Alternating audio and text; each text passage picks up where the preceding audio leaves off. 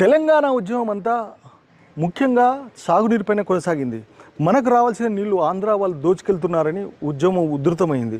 తెలంగాణ రాష్ట్రం సిద్ధించిన తర్వాత 2014లో మన తెలంగాణ రాష్ట్రంలో వరి సాగు కేవలం 22.74 లక్షల ఎకరాల్లో కొనసాగింది. ఆ తర్వాత 2023-24 నాటికి ఈ వరి సాగు విస్తీర్ణం 1.18 కోట్ల నుంచి 1.27 కోట్ల వరకు పెరిగింది.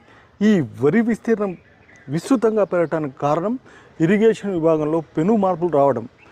సుమారుగా కృష్ణా గోదావరి పైన 20కి పైగా చిన్న పెద్ద ప్రాజెక్టులు నిర్మాణం అయ్యాయి. దీనికంతటికి ప్రధానమైన కారణం ఆనాటి ముఖ్యమంత్రి కేసీఆర్.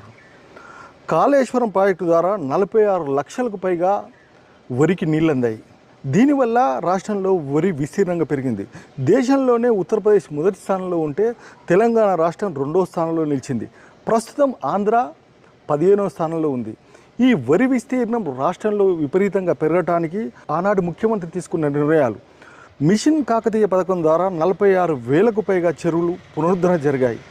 దాని ద్వారా విపరీతంగా భూగర్భ జలాలు పెరిగాయి. ఆనాటి ముఖ్యమంత్రి రైతు బంధు అనే పథకం ఈ రాష్ట్ర ప్రజలకు అందించడం ద్వారా వరి విస్తీర్ణం విపరీతంగా పెరిగింది. దీనివల్ల దేశంలోనే తెలంగాణ రాష్ట్రం ప్రస్తుతం వరి సాగులో 2వ స్థానంలో నిలిచింది.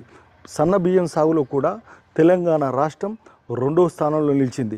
ప్రస్తుతం ఆంధ్రప్రదేశ్ 15వ స్థానంలో ఉంది. ఈ వరి విస్తీర్ణం విపరీతంగా పెరగటానికి కారణం ఆనాటి ముఖ్యమంత్రి కేసీఆర్.